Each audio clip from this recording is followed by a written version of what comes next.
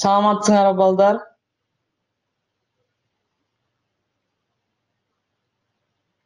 Саламатсың Эмир, Элина, Айжаркын, Илим саламатсың. Эмир, Алдаяр саламатсың. Балдар, бүгүн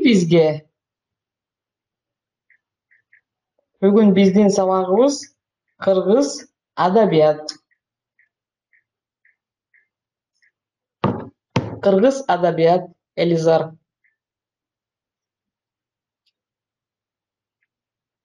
Биринчи сабак адабият боюнча.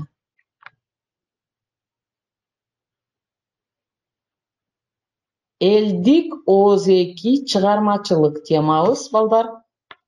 Устное народное творчество орусча. Элдик ооз-2 чыгармачылык.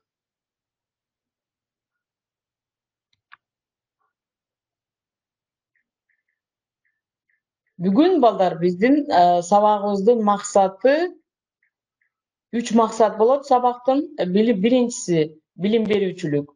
Силер балдар ооз-2 ооба 48 барак дептер ошондой.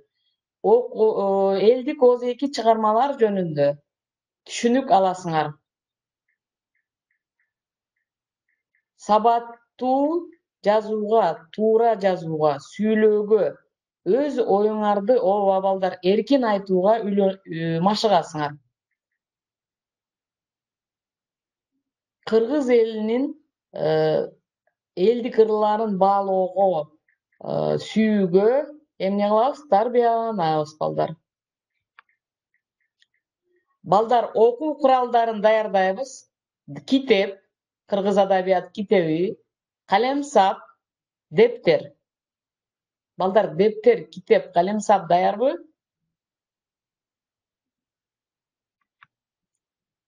Анда эмесе балдар, алтын эрежелерди үйрөнөбүз. Ребята, научимся золотым правилам. Сабакка даярбыз. Китеп, дептер, калемсабыбызды даярдайбыз. Теманы түшүнүп, суроолорго жооп беребиз. Тапшырмаларды аткарабыз.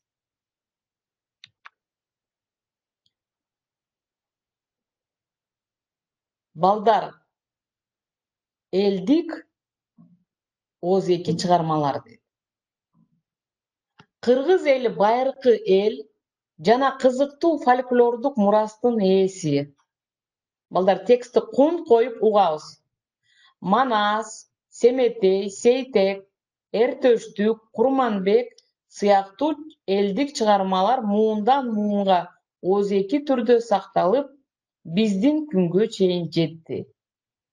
Эл өздөрүнүн айлана чөйрөгө, жаратылышка, коомго болгон көз караштарын, мамилелерин, ойлорун, кыялдарын ушул ооз-2 чыгармалар аркылуу билдирген. Фольклордук чыгармалар элдик арасында кеңири тараган. Кыргыз элинин ооз-2 чыгармачылыкты жанрдык жактан көптүрдүү. Элдик ооз-2 чыгармачылыкты изилдеген илимпоздор кыргыз фольклорун 3 текке бөлөт. Тек — это род орусча. Биринчиси эпикалык тек, экинчиси лирикалык жанр, үчүнчүсү дидактикалык чыгармалар. Азыр биз ар бир текке токтолуп өтөбүз. Эпикалык текке эмне кирет экен балдар? Мифтер, жөө-жомоктор, эпостор, дастандар, уламыштар, тамсилдер кирет. Лирикалык чыгармалар элдик ырлар жанрындагы чыгармалар. Булар арман, кошок, эмгек ырлары. Оп майда, бекбекей, шырылдан. Бул эмгек ырлары балдар. Ырым-жырым ырлары жарамазан, каада салт ырлары алдей, тай бөбөк. Дидактикалык чыгармалар деп биз балдар макал лакаптарды, табыш мактарды, санаат насыят ырларын, үлгү жан терме ырларын айтабыз. Балдар, буну биз угуп жатабыз, азыр текстти окуп жатабыз. Жазбайбыз. Мен өзүм айтам, балдар, качан жазабыз. Болуп турбу, сүйлөштүкпү, балдар? Анда эмесе, балдар, сүрөткө карайбыз. Эпикалык тек, илим туура. Орусча эпический род дейт. Эпикалык текке эмнелер кирет экен? Кичи жана чоң эпостор. Манас эпосу, Курманбек эпостор кирет экен. Дагы эмнелер кирет экен? Дастандар кирет экен, балдар. Уламыштар, Ысык көл жөнүндө уламышты билесиңер, Кожо Жаш, туура айтып атасыңар. Ысык көл жөнүндө уламыш бар. Дастандар, эпостор кирет экен. Эпикалык текке, эпический род. Бул биринчи, балдар. Легенда, уламыштар. Экинчи тек бул лирикалык чыгармалар экен, балдар.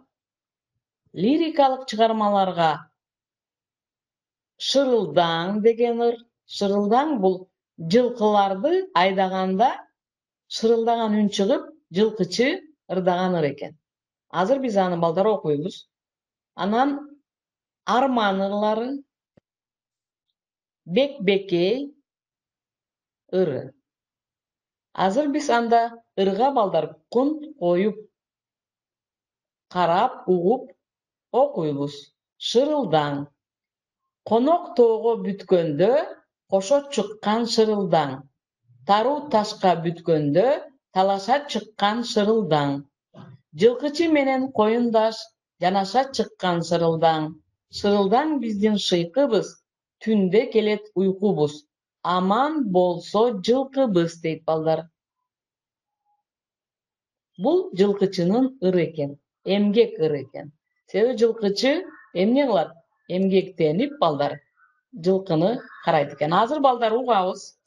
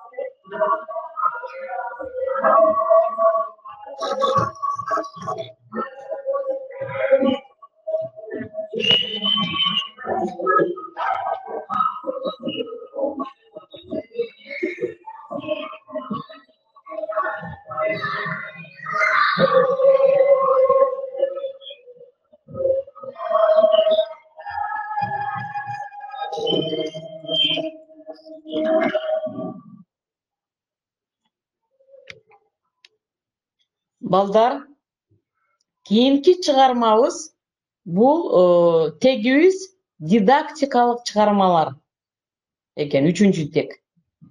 Третий род — это дидактическое произведение. Биринчиси эмне кирет экен? Макал, лакаптар, балдар. Анда эмесе макал лакаптарды окуйбуз.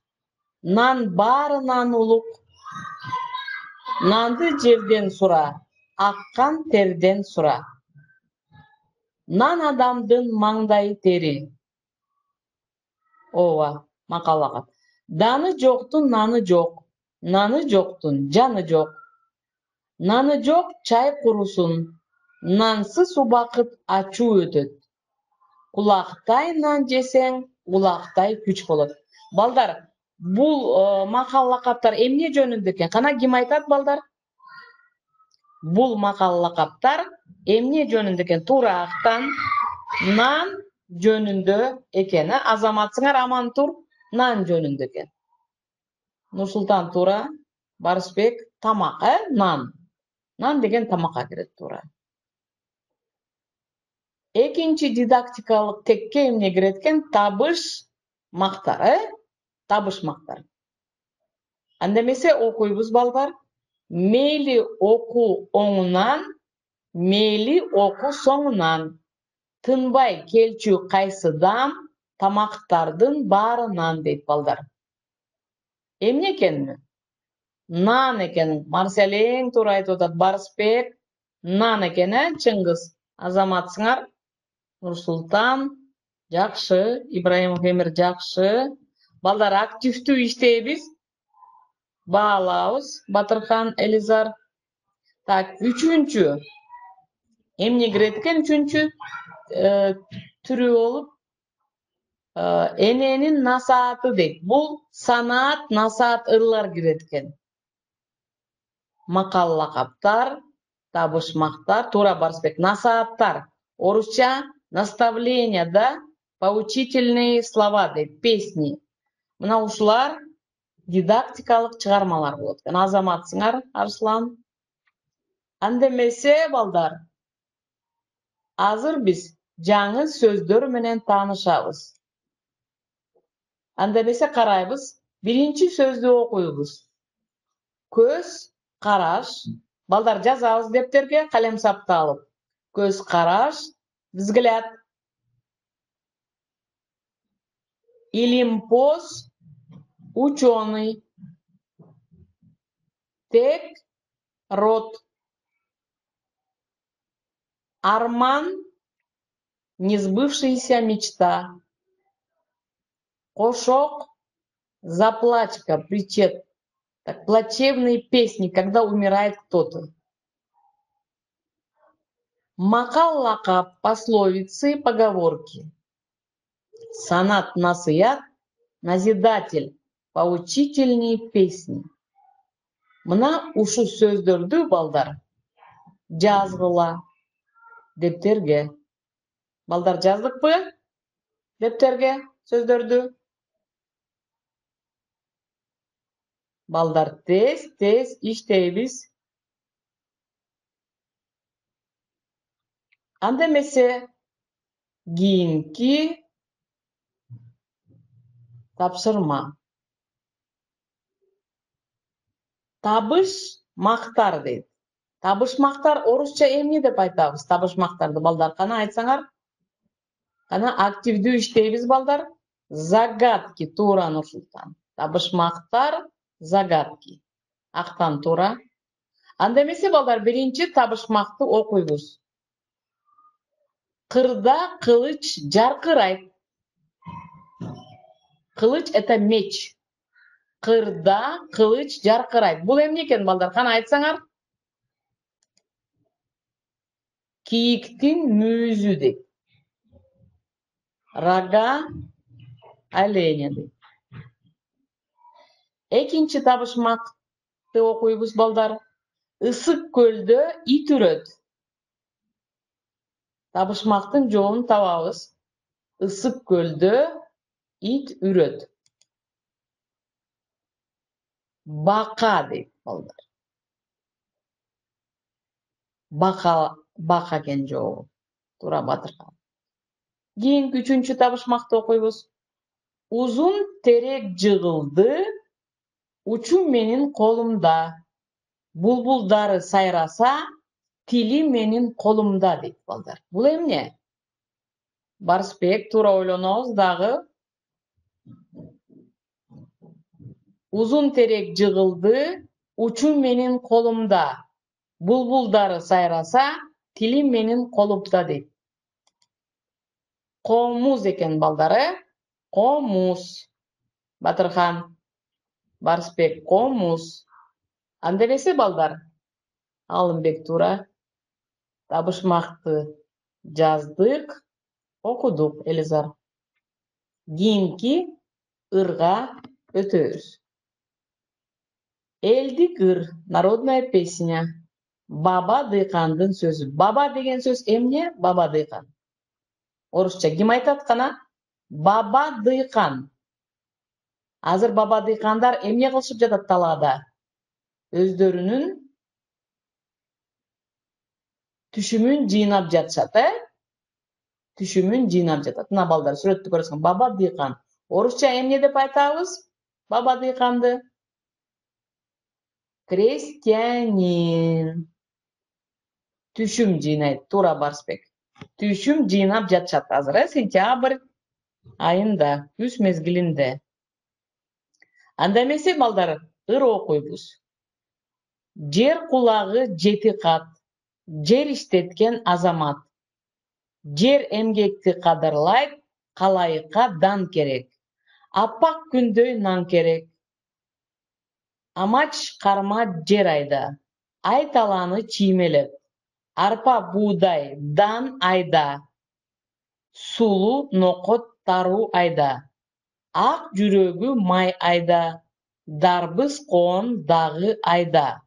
Сарымсак сабиз калтырба дейт балдар. Бул элдик ыр экен. Баба дыйкандын сөзү экен балдар.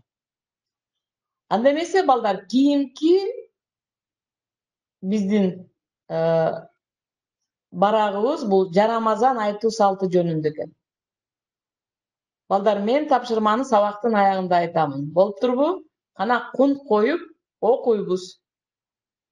Жарамазан айтуу салты дейт. Бул кайсы ырга кирет? Ырым-жырым, ырым-жырым. Традиция.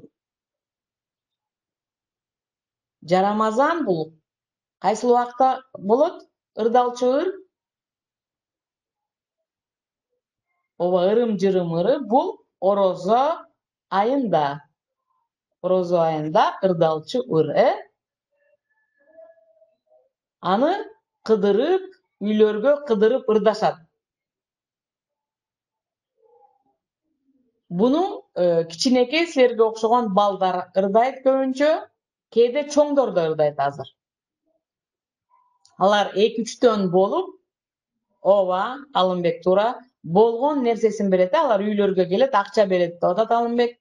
Же болбосо момпосуй, нан берет, Алар ошол үйгө келип, көчөлөргө келип, үйгө келип, эмне кылат?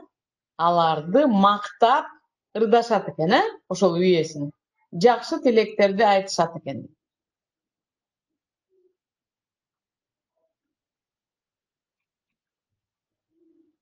Мына балдар, көрүп атасыңарбы? Жарамазан айткандар бата берет дейт. Барысбек туура айтып атат. Мына Жарамазан сүрөт турат. Жарамазан бул орозо айында ырдалчу ыр экен. Бир жылда бир эле жолу ырдалат экен балдар. Ал күнүгө ырдалбайт, бир жылда бир эле күнү ырдалат экен. Жарамазан айткандар үйгө анын жашоочуларына бакыт, бейпилдик, байлык, ырыс, ынтымак тилеп, бала бакырасына өмүр каалап ырдашат. Ырдын мазмуну айтылып тургандай, Жарамазанды кедейлер орозо күндөрү байларга барып ырдашкан. Жарамазандын бардык түрү бири-бирине окшоп, түрлөрүндө айырмачылыктар аз.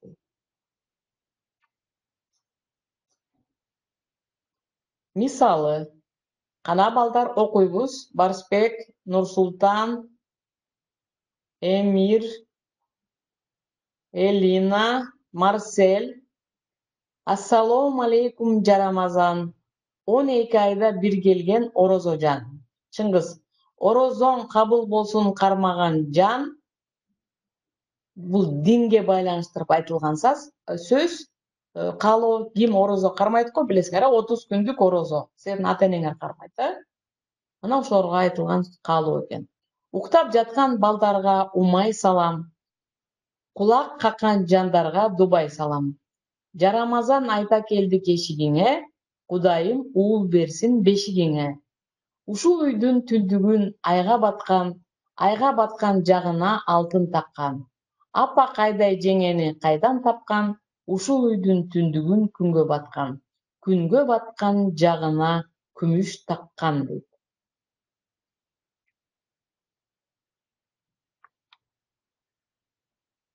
Мынакей балдар сүрөттү көрүп турасыңар балдар, көрдүңөрбү?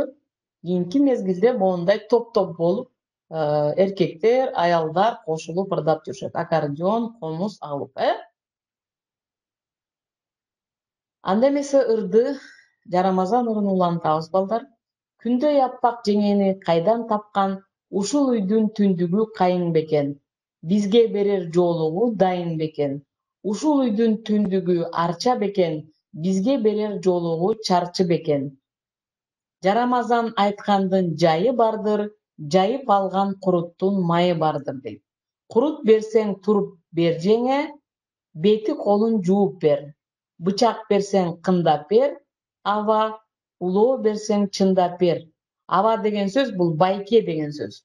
Бул Ысык көлдүн говору деп коет, диалект ошол жака кирет. Жамбы берсең бул жайда, жарыгы тиет ал жайда. Брат деген сөз орусча, аба.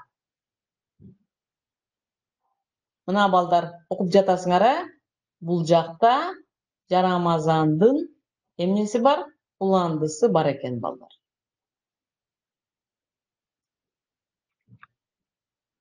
Эми балдар суроолорго жооп беребиз. Кана активдүү иштейбиз балдар. Элдик ооз-эки чыгармаларда эмнелер жөнүндө баяндалат? Кана балдар? Элдик ооз-эки чыгармаларда эмнелер жөнүндө баяндалат? Мен айттым силерге 3 текке бөлүнөт деп. Кана эстейбиз балдар, Нурсултан, Барысбек 3 текке. Бул биринчиси кайсы тек эле? Эпикалык, туура мына Нурсултан, лирикалык, эпикалык, дидактикалык. Азаматсыңар. Экинчи суроо. Жамактатып ырдоо өнөрү кайсы элге тиешелүү көрүнүш? Жамактатып. Кана, кайсы элге тиешелүү көрүнүш? Биз кайсы элбиз балдар? Кайсы элбиз, улутубуз? Кыргыз, Кыргыз элине тиешелүү ырдоо экен. Үчүнчү суроо балдар. Жарамазан ыры эмне үчүн 12 айда бир айтылган? 12 айда бир айтылган. Себеби туура Чыңгыз жооп берип жатат. Орозо кармайт экенбиз, бир жылда 30 күн, бир эле ай. Туура азаматсыңар. Жарамазанды мурда кандай максат менен айтышкан? Мурда. Туура. Макташкан, кедейлер байларга барып ырдашкан. Азыркы мезгилде жарамазан ыры аткарылып жүрөбү балдар? Акыркы суроого жооп беребиз. Азыркы мезгилде жарамазан ыры аткарылып жүрөт. Балдар, бүгүн биз эмнени түшүндүк, эмнени билдик, балдар? Канайын? Азаматсыңар. 3 текти билдик. Мына эң башкысы, туура. Анан 3 тек өзүнчө бөлүнүп кетет экен, Мына ошону билдик. Балдар, мен силерге Я класс боюнча тапшырма беремин. Кыргыз тилден. Адабияттан дагы. Анан силер даярданып келесиңер. Болуп турбу? Адабияттан общий тетрадь билесиңер, Жаңы башташ керек. Себеби силер 7 класс болдуңар да. Силер 7 класс болдуңар, ошондуктан силер жаңы башташ керек общий тетрадь. Кыргыз тилден болсо, дептерге жазабыз. Көнүгүүлөрдү, сөздөрдү, тапшырмаларды. Балдар, ооба, Дениза. Дептерге, чоң дептерге жазабыз.